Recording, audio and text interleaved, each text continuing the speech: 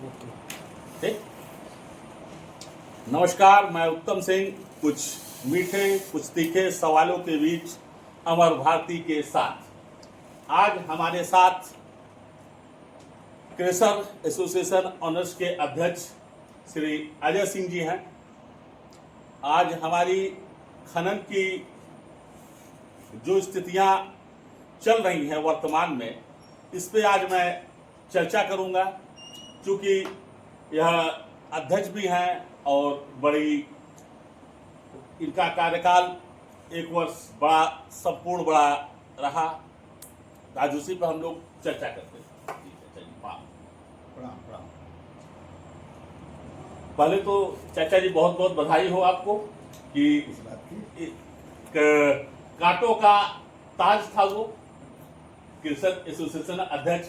आप बहुत एक्सपीरियंस और बहुत अनुभव आपका रहा और लोगों को अनुभव सदैव मिलता रहा है। नगर के आप एक प्रतिष्ठित व्यक्ति हैं और आप सदैव आप हित के लिए, खनन हित के लिए आप सदैव खड़े रहे। तो मैं चाहूंगा कि आप जरा सा इस पर प्रकाश डालें कि खनन की इस समय स्थितियां हैं, इसको कैसे सुधारा जा सकता है, आपने क्या रही? देखिए, खनन की जो वर्तमान स्थिति है, पहला तो इसमें कारण ये है कि जो ई टेंडर की व्यवस्था कर दी गई, यह खनिज उत्पाद को एकदम से मार्केट में महंगा कर दिया। सरकार को इस पे सोचना चाहिए कि एक रॉयल्टी निर्धारित करके ई टेंडरिंग की व्यवस्था समाप्त करना चाहिए। और खासकर भूमधरी में अगर मुख्यमंत्री महोदय जैसा कि मीटिंग करके कहते हैं कि मुझे पूरे प्रदेश में खनन नंबर 1 पर लाना है और खनिज क्षेत्र का विस्तार करना है, तो तमाम कृषक जिनके जमीनों में पत्थर है या बालू है, बिल्कुल, वो इसलिए अपना जिला कार्यालय में प्रार्थना पत्र नहीं देना चाहते कि कोई न कोई टेंडर डाल देगा और वो इतना महंगा हो जाएगा कि कोई कृषक उसको ले नहीं पाएगा। इसलिए खनिज क्षेत्र का विस्तार नहीं हो पा रहा है जितना होना चाहिए, जितनी संभावनाएं हैं इस क्षेत्र में। तमाम कृषकों के जमीनों में बालू या पत्थर पड़ा हुआ है और वो टेंडर के लिए नहीं जा, मतलब जिला कार्यालय में खनन के लिए एप्लीकेशन नहीं डाल पा रहा है। पहला तो ये कारण है। दूसरा, खनन क्षेत्र को अगर बिल्कुल पारदर्शी जैसा कि माननीय मुख्यमंत्री महोदय बनाना चाहते हैं, इसमें एक व्यवस्था ये होनी चाहिए कि अगर व्यापारी गलत कर रहा है तो किसके कार्यकाल में वो गलत काम हुआ, उस अधिकारी और व्यापारी दोनों को बराबर दंड दिया जाए। बिल्कुल सही बिल्कुल दिया जाना चाहिए, तभी जाकर के ये सब सारी चीजें पारदर्शी होंगी। मैं कहता हूं कि आप जांच कराइए, बिल्कुल जी, जांच होना चाहिए, कोई गलत काम ना होने पावे, सरकारी राजस्व का घाटा ना होना जी होने पावे। तो सबसे पहली बात तो यह है कि आप हर जगह बैरियर लगाए हुए हैं जी, तो फिर ओवरलोड या बिना परमिट की गाड़ी कैसे जा रही है? कैसे जा रही है? बिल्कुल सही। इसमें खाली व्यापारी दोषी है जी, बिल्कुल सही। इसमें वह व्यक्ति भी दोषी है जो बैरियर पर बैठा है। देखिए, जिम्मेदार अधिकारियों के ऊपर भी अंकुश लगाने की जरूरत है, सिर्फ व्यापारी ही दोषी नहीं है। यहाँ अध्यक्ष जी का कहना है इसके लिए मैं आप बोल लीजिए। अध्यक्ष जी का कहना है सिर्फ व्यापारी ही दोषी नहीं है, वह व्यापार भी करता है और लोगों की क्रूरता का भेंट भी चढ़ता है, अधिकारियों के क्रूरता का भेंट भी चढ़ता है। आए दिन कभी जांच के नाम पे शोषित किया जाता है, कभी हमेशा कोई ऐसा विभाग नहीं है जो महीने में 20 बार चक्कर नहीं मारता है सिर्फ जांच के नाम पर।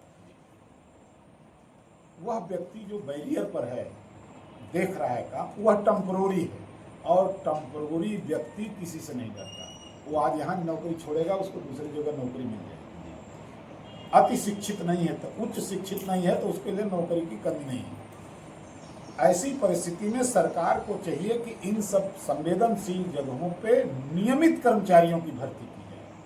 जी, नियमित कर्मचारी होने चाहिए, तभी जाकर के अधिकारी उनसे काम ले पाएंगे, वरना संविदा के कर्मचारियों से अधिकारी काम लेने में अक्षम है, जो प्रैक्टिकली देखने को मिल रहा है। आपका जैसे कार्यकाल रहा 1 वर्ष का और आज भी है, आपने क्या देखा खनन में अध्यक्ष के पद के तौर पर बैठे हुए? क्या आपने कमियां देखी, चाहे व्यवसाय, चाहे व्यापारियों में, चाहे अधिकारियों में? उस पर कुछ सुधारात्मक आपके विचार जो आपने अभिव्यक्त किए हैं, कुछ और सुनने में तो बहुत कुछ आता है, सुनने में तो खनन को लेके बहुत कुछ आती है। हाँ हाँ जी, कभी हादसों का खनन माना जाता है, कभी परमिट को लेके उछाल मारता है, तो कभी गिट्टी के नाम पे। इस पर अब कुछ कैसे लगेगा गरीब आदमी को, वो कैसे पहुंचे? देखिए, सरकार के तमाम नियम नियमावली हैं, उनके विभाग हैं। हमने पहले ही कहा ना कि दोषी उस व्यक्ति को भी माना जाए जिसके कार्यकाल में गलती हो रही है। बिल्कुल सही। अब व्यापारी को भी माना जाए। दूसरी मैं कहना चाह रहा था, जांच जैसे बालू की जांच आपको करानी है, अवैध खनन हुआ है मान लीजिए, तो जांच करानी है, तो आप उसको जुलाई के फर्स्ट वीक या जून के लास्ट वीक में करा दीजिए। बिल्कुल बिल्कुल, वो तो पूरा आ जाएगा ना जी। पत्थर में आपको जांच कराना है, कोई एक सप्ताह तय कर दीजिए साल में एक बार। पत्थर तो कोई नहीं भाट देगा जी, नहीं। जितना काटा है, जितना घर कटा है, जितना वो नापी में आ जाएगा। रोज रोज जांच की नौटंकी क्यों? बिल्कुल सही, बिल्कुल। इससे तो सिर्फ व्यापारियों का दोहन हो रहा है और कुछ नहीं हो रहा। बिल्कुल सही। व्यापारी बुलंद आवाज के साथ पागल होके घूम रहे हैं व्यापारी इस समय। और क्रेशर का उद्योग इस सोनभद्र में, पत्थर और क्रेशर का उद्योग बिल्कुल बैठता जा रहा है।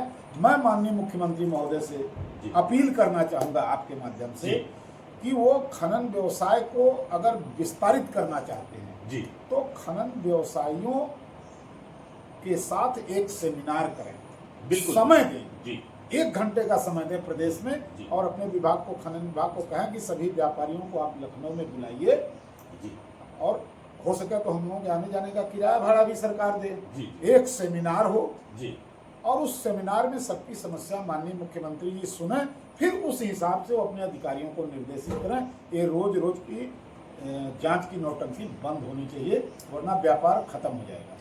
अच्छा, आपसे एक और हमारा सवाल है इसी में कि आए दिन जो बगैर परमिट की गाड़ियां भी आपने हाल ही में देखा है, कुछ निलंबन भी हुआ, कुछ ट्रांसफर भी हुए, जो अभी बैरियर पे, टोल प्लाजा पे, उसमें अधिकारी सर्वेयर महोदय भी थे, जो शायद माना तो वो भी वहां मौजूद रहे उस समय।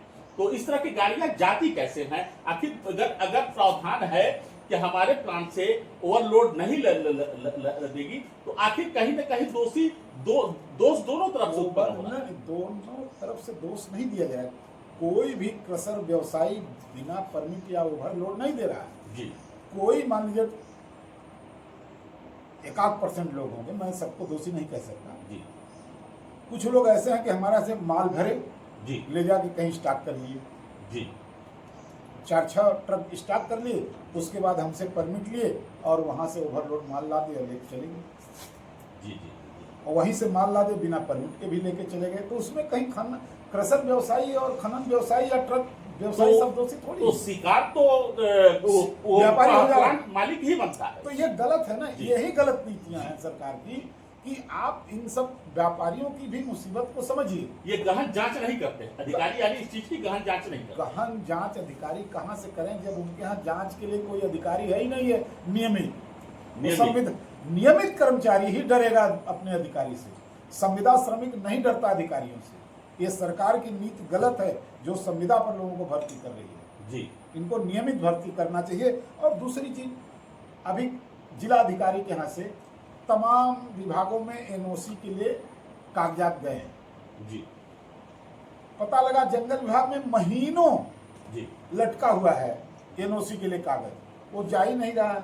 ऐसे ऐसे विभाग में सरकार ने स्थानांतरण नीति बना रखा है, लेकिन पता लगा एक ही पोस्ट पर 15-15 साल से एक बाबू पड़े हुए हैं, इसलिए कि वो अधिकारियों के चहेते हैं जी। तो वो काम ही नहीं बढ़ रहा है। बिल्कुल सही। अध्यक्ष जी का कहना है कि सरकार सुविधाएं देना चाह रही है, सरकार हर जगह, लेकिन विभागों की कार्यशैली ऐसी है कि जो आदमी कई सालों तक उसकी पेंडिंग फाइल और सब कुछ वो लटके। विभाग ही नहीं चाहता है कि सुधारात्मक रूप से कार्य हो सके खनन क्षेत्र जो हमारा पूरे उत्तर प्रदेश में, अपितु ये सोनभद्र एक ऐसा जिला है जिसे पूरे सोनभद्र में सोने की चिड़िया भी के सबसे ज्यादा राजस्व भी देता है ये सोनभद्र। आज वही सोनभद्र राजस्व देने के बावजूद उसकी दीन और दशा में कोई सुधार नहीं हो पा रहा है, जो खनन के नाम से प्रख्यात है। बालू खनन है, पत्थर खनन है, मोरंग खनन है, सब हमारे सोनभद्र में खनिज संपदा उपलब्ध है। लेकिन फिर भी यहाँ लोगों को रोजगार को लेकर और संसाधनों को लेकर काफी ज्यादा मुसीबतों का सामना उठाना पड़ता है।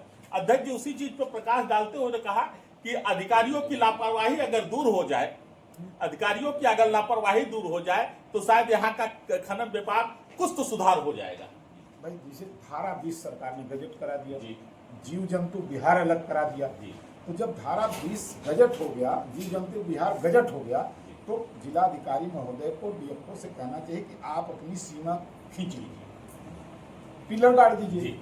उसके बाद में फिर जंगल विभाग से एनओसी की कोई जरूरत ही नहीं है, ये व्यवस्था होनी चाहिए। अध्यक्ष जी वन प्रभाग पे भी एक बात आई थी, क्योंकि वन प्रभाग जो धारा 20 में वो जमीन जमीन लैंड ट्रांसफर की है जिसमें खनन ऑलरेडी हुआ था, और फिर उसी को फिर तो यानी जब अवैध खनन हो रहा था तो क्या वन विभाग संज्ञान करेगा? कहा था, मैंने पहले ही कहा है आपसे कि सिर्फ व्यापारी को जिम्मेदारी नहीं होनी चाहिए, जिस अधिकारी के कार्यकाल में जो गलत कार्य हुए हैं उस अधिकारी को भी उतना ही भागीदार माना जाना चाहिए जितना व्यापारी को माना जाता है।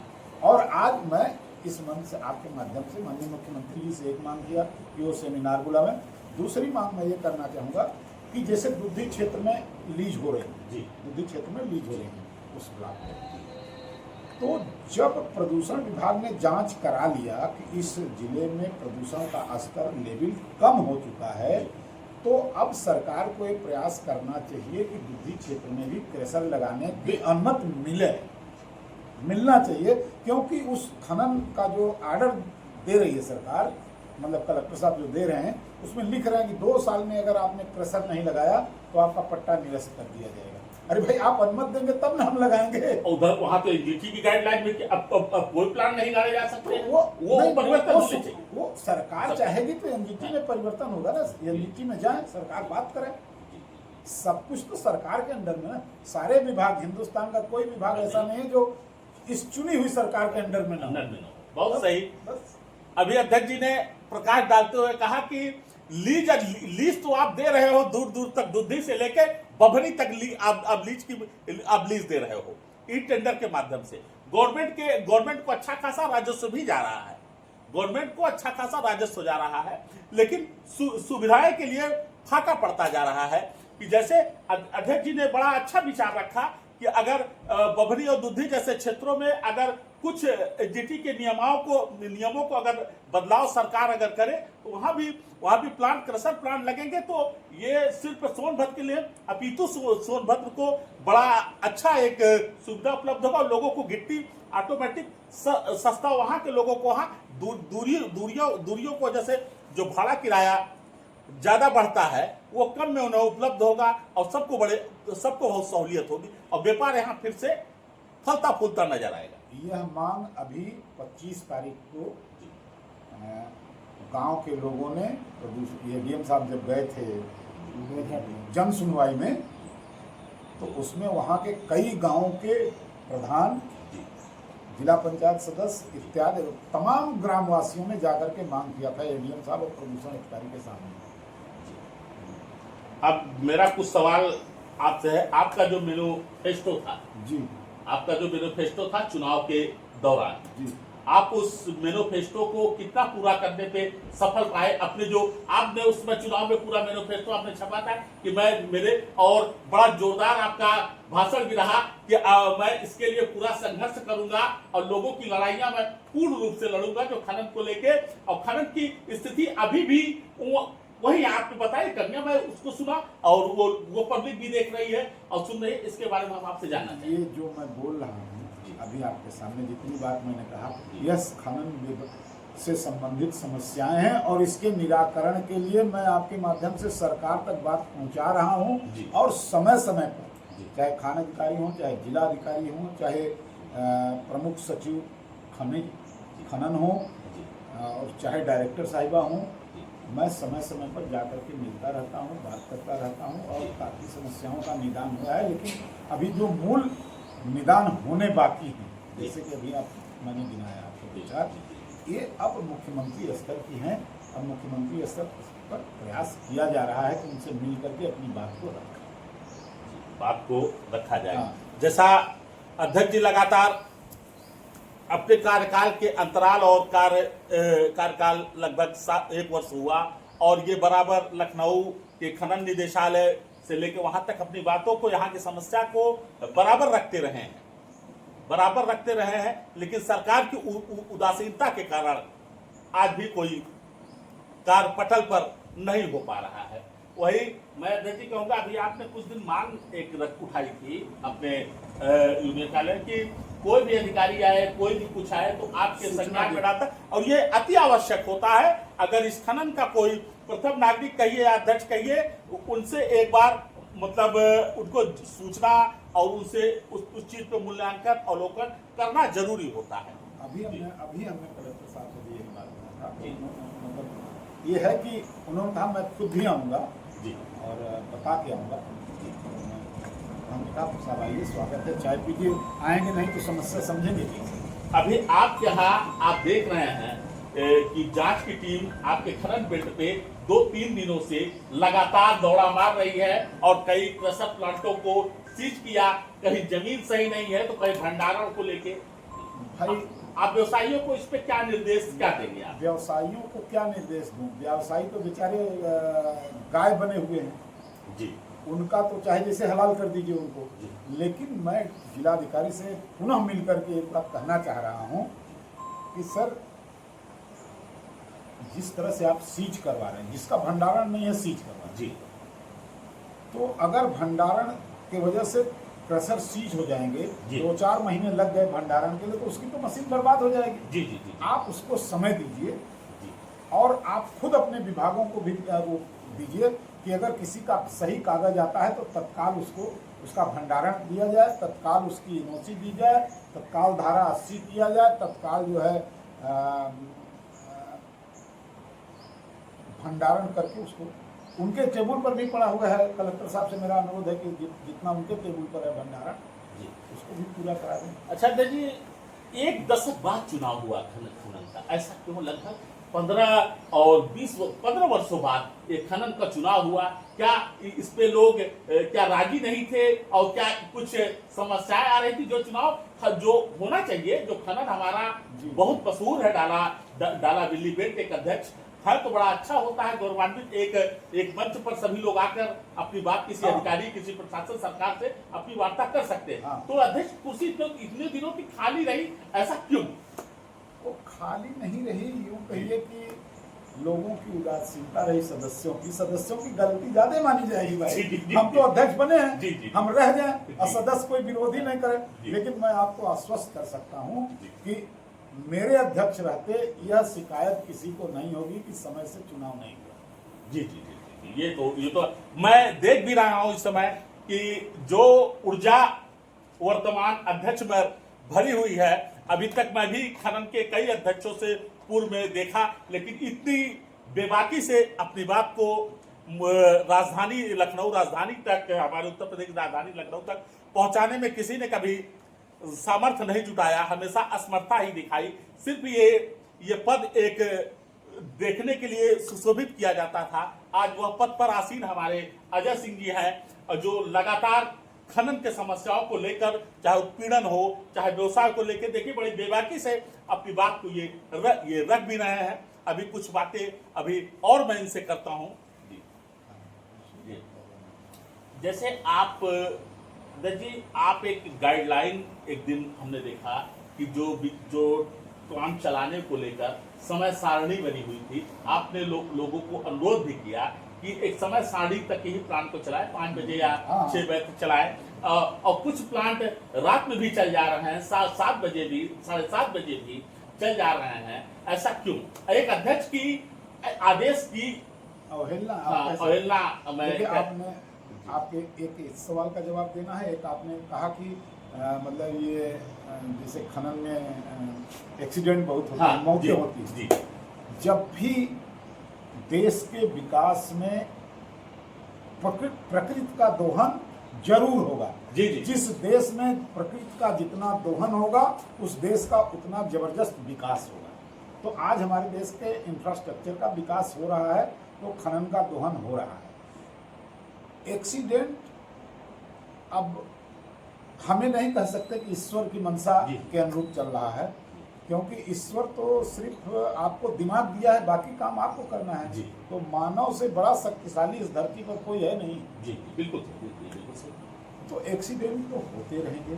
क्या सड़क पर एक्सीडेंट हो रहा है, रेलवे में एक्सीडेंट हो रहा है, जी जी, हर जगह हो रहे हैं। तो क्या वो बंद कर दिया? नहीं, बंद ऐसा नहीं। तो खनन में भी एक्सीडेंट हो रहा है, हम मानते हैं।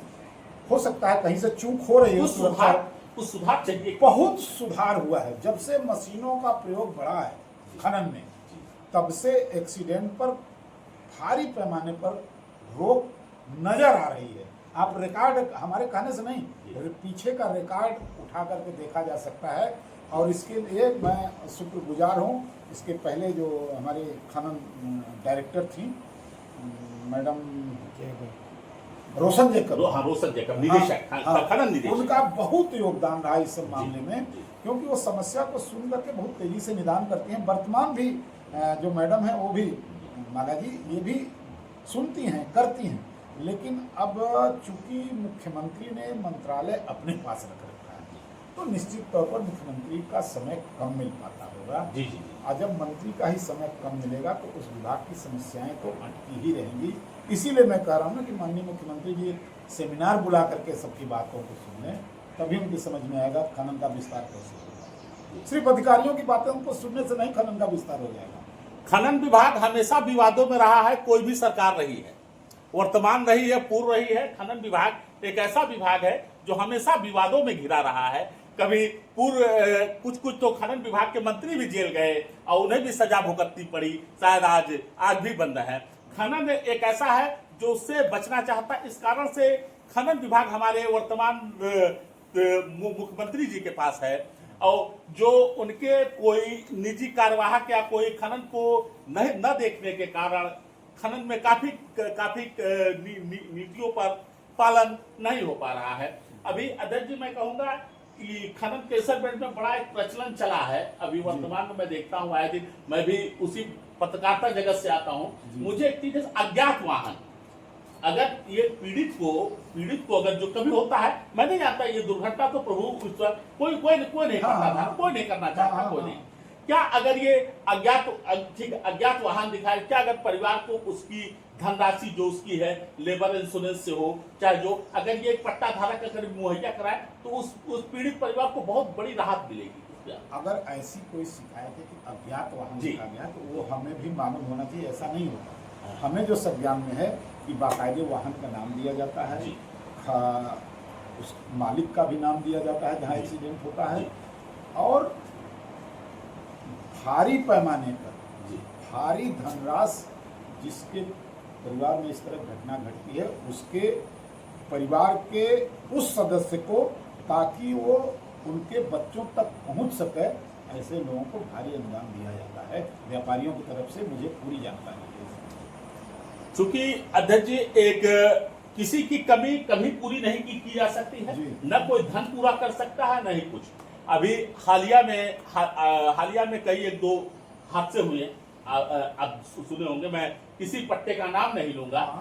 अच्छा, तो इस पे आप डीजीएमएस विभाग जो आता है वो हमेशा आता है, वो जांच करके जाता है। क्या जांच करके जाता है? मैं भी उसी को देखता हूँ। मैं भी डीजीएमएस साहब को मैं खोज रहा हूँ, उनसे विनती कर रहा हूँ कि अगर इनके हादसे अगर होते तो उसके जिम्मेदार वो स्वयं है। अगर आते हैं तो उनके अनुसार न तो बेंचेस। आप क्या कहेंगे इसके बारे में? देखिए, इतने मैं ये कहता हूँ इस बारे में कि बड़े उद्योगों के नियम छोटे उद्योगों पर नहीं लादा। बिल्कुल सही, बिल्कुल सही। उदाहरण के तौर पर मैं कहूँ कि अगर हाथी के सीकड़ से बिल्ली को बांध देंगे तो मर ही जाएगा। बिल्कुल वही हाल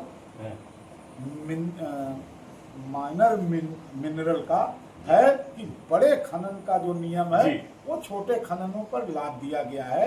इसको समाप्त किया जाना चाहिए। इसको तो पहले प्रदूषण से मुक्त कर दिया जाना। अध्यक्ष जी ने इशारों में बहुत कुछ कह दिया, और समझने वालों ने समझा होगा। अपने इशारों में इन्होंने कह दिया है कि बड़े मायने को न झांकना है न देखना है। छोटे छोटे जो टुकड़ों में उद्योग है उसी विशेष शोषण अधिकारियों की चाबुक बराबर चल। उसका उदाहरण है भाई, आप बताइए, धारा 20 में सारी खदानें बंद हो गई, बिल्कुल सही, बिल्कुल।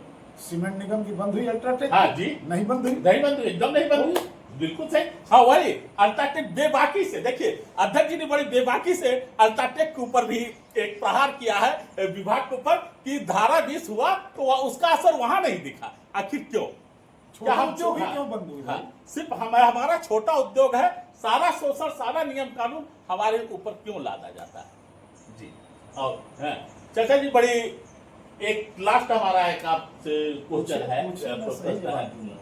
बिल्कुल नहीं, आप बड़ा, मुझे भी बड़ा एक ऐसे अध्यक्ष से साक्षात्कार करने का मौका मिला खनन में, जो अभी तक हमने देखा किसी खनन अध्यक्ष सचिव से मैं पूछ लूं कि मुझे जरा सा 2 मिनट आप कहे, नहीं नहीं क्या होगा, लेकिन अध्यक्ष जी ने बड़ा बेबाकी से कहा बिल्कुल आप आइए और जनता तक बीच ये सब सबके पास ये जाना चाहिए, जो हमारा एक संदेश है। और ये बड़े, फिर कहूंगा बड़े ऊर्जावान अध्यक्ष हैं और हर चीज का मतलब मुंह तोड़ जवाब देने की क्षमता रखते हैं।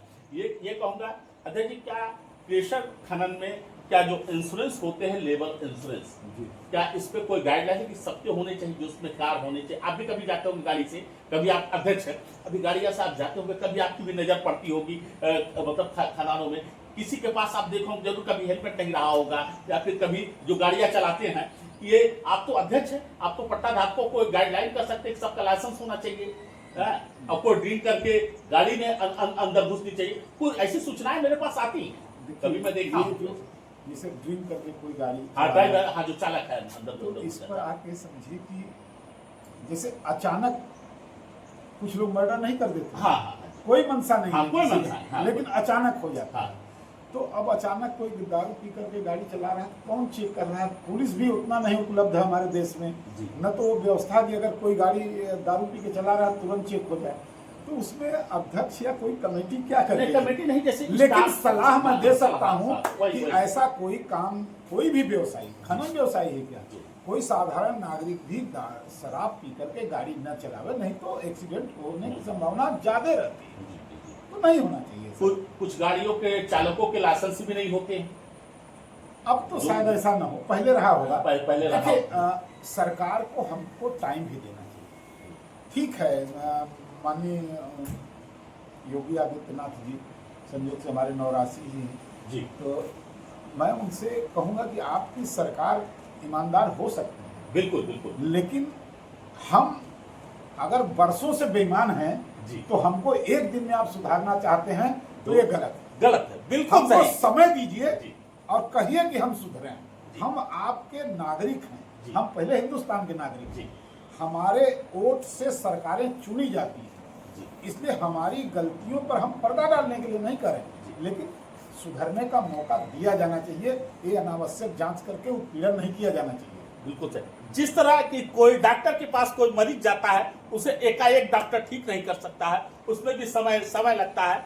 जैसे कैंसर रोग भी धीरे धीरे वो होता है। तो चाचा जी का कहने का मतलब वही है कि ठीक है, बेईमानी और ईमानदारी का जो पैमाना है उसे धीरे धीरे सुधारा जा सकता है। अगर एकाएक किसी चीज को, तो वो खतरा ही साबित होता है और होता रहा है सभी, हो भी रहा है, और वो हो भी रहा है। दिखाई पड़ रहा है। चाचा जी मुझे बड़ा अच्छा लगा कि आपका एक साक्षात्कार, एक संदेश है खनन के लिए और अधिकारियों के लिए। कुछ खामियों को आपने दूर करने का प्रयास किया और दूर कर भी रहे हैं, मतलब लगातार। और क्या मांग आप चाहेंगे कि मतलब किस तरह का, अभी आप देखे होंगे कि कई मुझे भी जानकारी, कई लोगों को परमिट के लिए में परमिट के मुकदमे कुछ पट्टाधारकों के ऊपर हुए, आप देखे होंगे। आप तो परमिट करके अवैध, इन्हें अपने ये अवैध परमिट इन्होंने बेच दिया, या कई मुकदमे हुए, इसके बारे में क्या कहना है? देखिए, हम इसमें कहना ये चाहेंगे, वही बात जो मैं पहले कहा कि आप जो तैरना न जानता हो उसको ले जाके नदी में छोड़ाइए, धारा में। यहाँ तो सब बहुत बड़े तैराक, वो तो डूब के मर ही जाएगा। नहीं, देखिए ये जो इसको क्या कहते हैं, नेट सिस्टम आया है, इंटरनेट सिस्टम आया है, इस मामले में सभी व्यापारी जानकार नहीं है। कहीं धोखे से कोई उनको धोखा दे करके उनके परमिट का दुरुपयोग कर ले, तो इसका मतलब ये नहीं कि वो व्यापारी बेईमान है, हम उसको बेईमान नहीं कह सकते। उसकी अज्ञानता का दुरुपयोग हुआ, इस साजिश के तहत वो फंस गया। ये हम मांगेंगे। अच्छा, ये कभी स्लोगन चला था वर्तमान सरकार का, गिट्टी बालू सस्ते होंगे, हर गरीब के मकान पक्के होंगे। तो आप बताइए वो स्लोगन कैसे चलेगा? वो क्या स्लोगन हम ये कह दें अगर आज की तारीख में कि जनता की नजर में धोखा साबित हो गया। धोखा, बिल्कुल सही। धोखा इसलिए कि जब तक ई टेंडर सिस्टम नहीं समाप्त होगा तब तक सरकार का ये नारा सफल नहीं होगा।